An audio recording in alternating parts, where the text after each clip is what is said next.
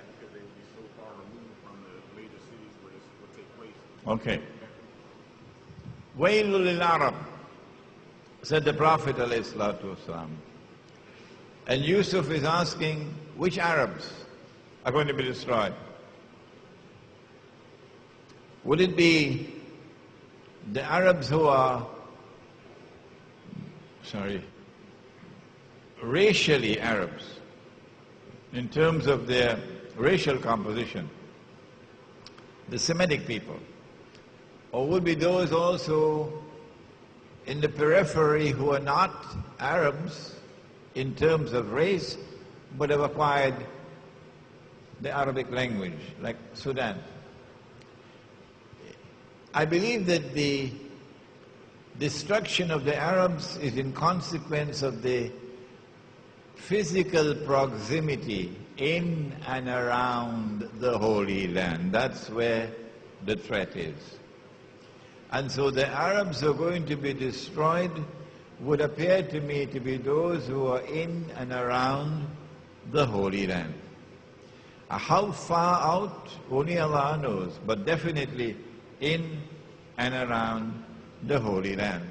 After Nabi Isa alayhi salam dies,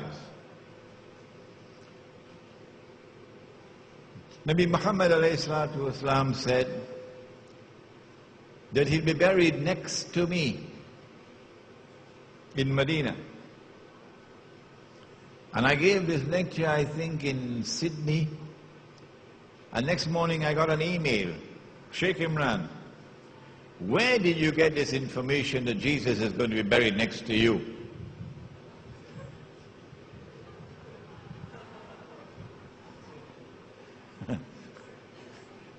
Nabi Muhammad said, alayhi salatu wasalam, that Nabi Isa alayhi salam will be buried next to him.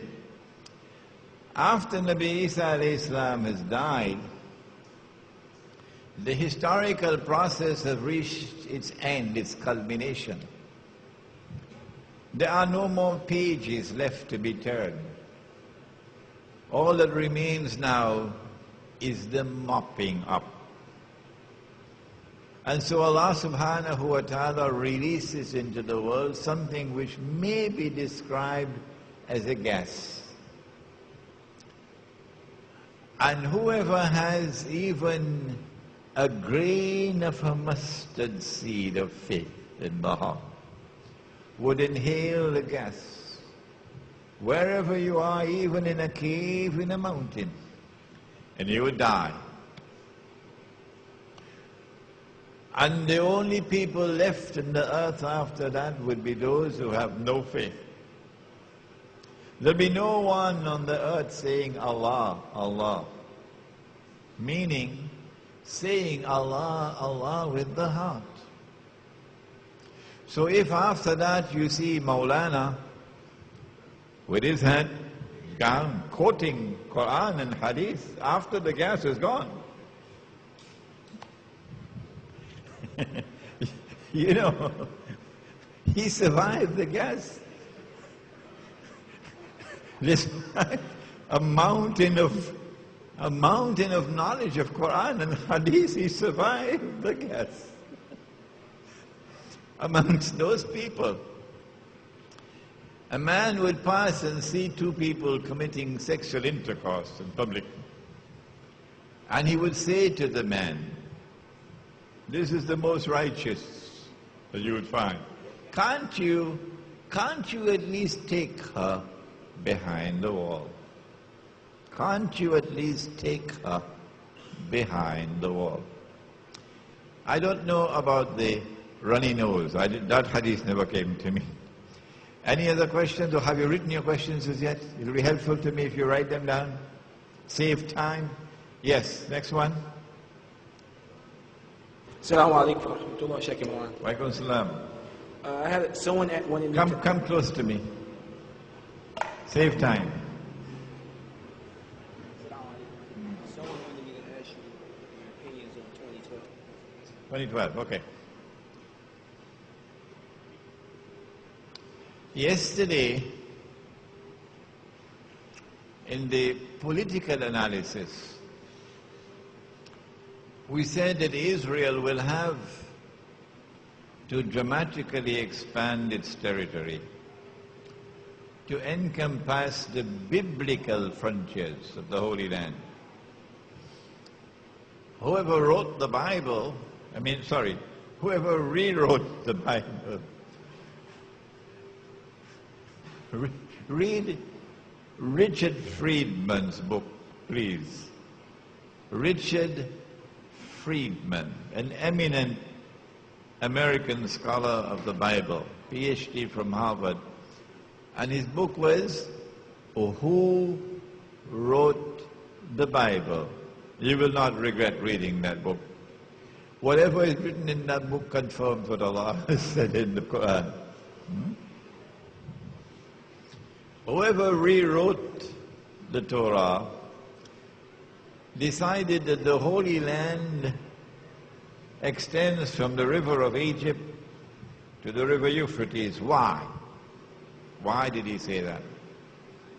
And there is a certain part of the frontiers of the Holy Land which have not been put into the Bible, but I know it.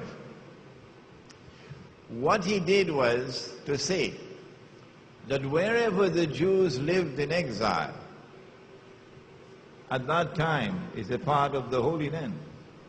And since Nabi Yusuf alayhi salam took the Jews to Misr, and Misr is not the whole of Egypt. Today Misr is the whole of Egypt.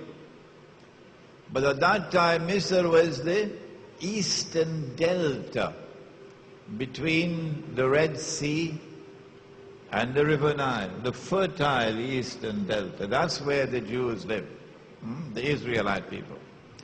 So he says from the river of Egypt, meaning the eastern delta where the Israelite people lived for 300-400 years, to the river Euphrates, because they were taken to exile in Babylon. Exiled in Babylon, they were enslaved in Babylon. So that's why the river Euphrates.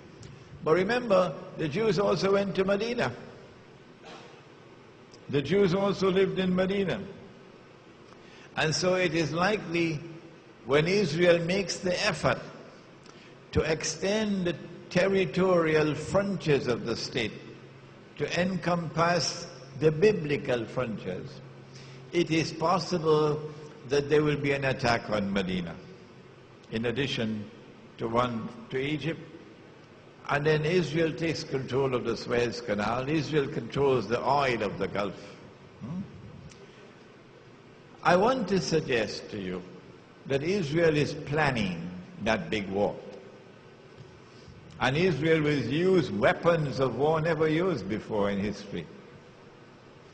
I want to suggest to you that I did yesterday that Israel cannot make that move while a significant military threat still remains in the hands of Muslims.